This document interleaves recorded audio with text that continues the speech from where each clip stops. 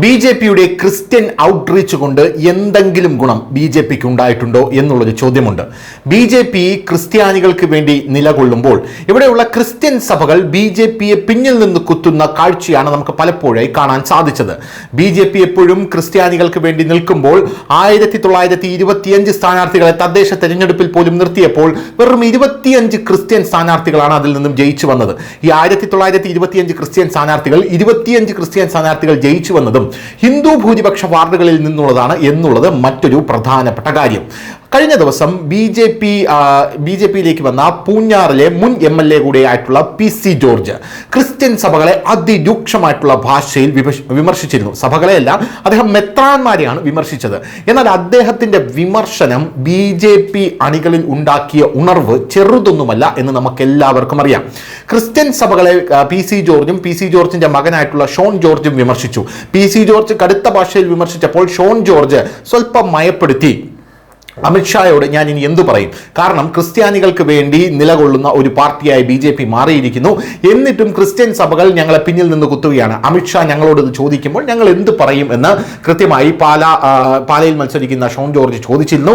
ഷോൺ ജോർജ് വേറൊരു കാര്യം കൂടെ പറഞ്ഞു, ക്രിസ്ത്യൻ സഭകൾക്ക് ഞങ്ങളോട് ഈ സമീപനമാണെങ്കിൽ ഞങ്ങൾക്കും ആ സഭകളെ വേണ്ട എന്ന് ഷോൺ ജോർജ് പറഞ്ഞു. ഇത് വലിയ രീതിയിലുള്ള ഉണർവാണ് സംഘികൾക്കിടയിൽ ഉണ്ടാക്കിയിരിക്കുന്നത്. കാരണം ഇത് ഓരോ സംഘപരിവാർ അണിയും പറയാൻ ആഗ്രഹിച്ചതാണ്, ഓരോ ബി.ജെ.പി പ്രവർത്തകരും പറയാൻ ആഗ്രഹിച്ചതാണ്. ഇപ്പോഴിതാ PC ജോർജിന്റെ ഈ ഒരു വിമർശനം കുറിക്കൊണ്ടിരിക്കുന്നു എന്ന റിപ്പോർട്ട് പുറത്തു വരുന്നു.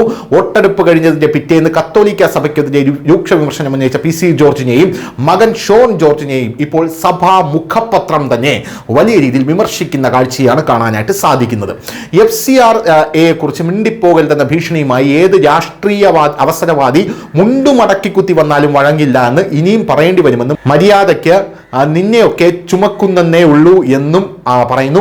അടങ്ങിയിരുന്നോണം, കാണിച്ചു തരാം തുടങ്ങിയ ഭരണകൂട ഭീഷണികൾ ചരിത്രത്തിൽ ആദ്യത്തേതോ അവസാനത്തേതോ അല്ലെന്നും മുഖപത്രത്തിൽ പറയുന്നു. മാർപ്പാപ്പയ്ക്കെതിരെ വിമർശനം ഉന്നയിച്ച അമേരിക്കൻ പ്രസിഡന്റ് ഡൊണാൾഡ് ട്രംപിനെ വിമർശിച്ചുകൊണ്ടുള്ള മുഖപ്രസംഗത്തിലാണ് PC ജോർജിനും ഈ മകനുമെതിരെ പരോക്ഷ വിമർശനമുള്ളത്. ഇതിന്റെ പ്രധാനപ്പെട്ട കാര്യം എന്ന് പറയുന്നത് സഭയ്ക്ക് കൊണ്ടിരിക്കുന്നു, അല്ലെങ്കിൽ സഭയ്ക്ക് നൊന്തിരിക്കുന്നു എന്നുള്ളതാണ്. സഭ PC ജോർജിനെയും മകൻ ഷോൺ ജോർജിനെയും കടുത്ത ഭാഷയിൽ ഇങ്ങനെ വിമർശിക്കണമെങ്കിൽ കൃത്യമായി സഭയ്ക്ക് കൊള്ളുന്ന രീതിയിൽ PC ജോർജ് കാര്യങ്ങൾ ആർട്ടിക്കുലേറ്റ് ചെയ്തിട്ടുണ്ട് എന്നുള്ളത് കൊണ്ടാണ് ഈ ഒരു വിമർശനം സഭയുടെ ഭാഗത്ത് നിന്നും വരുന്നത്. ഈ FCRA എന്ന് പറയുന്ന ഈ നിയമം പുറത്തു വന്നത് തൊട്ട് കേരളത്തിലെ ക്രിസ്ത്യൻ സഭകൾ വലിയ അങ്കലാപ്പിലാണ് എന്നാണ് നമ്മുടെ മാധ്യമങ്ങൾ പറഞ്ഞു പരത്തുന്നത്.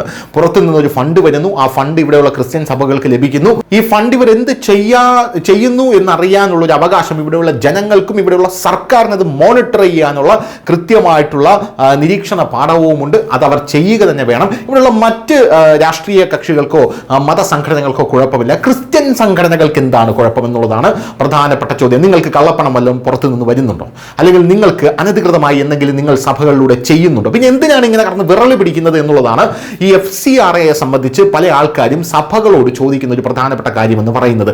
എന്തായിരുന്നാലും PC ജോർജിന്റെ വിമർശനം ഇപ്പോൾ സഭ കാര്യമായി തന്നെ കണ്ടിരിക്കുന്നു എന്നുള്ളതാണ് മനസ്സിലാക്കുന്നത്. News desk news Malayalam.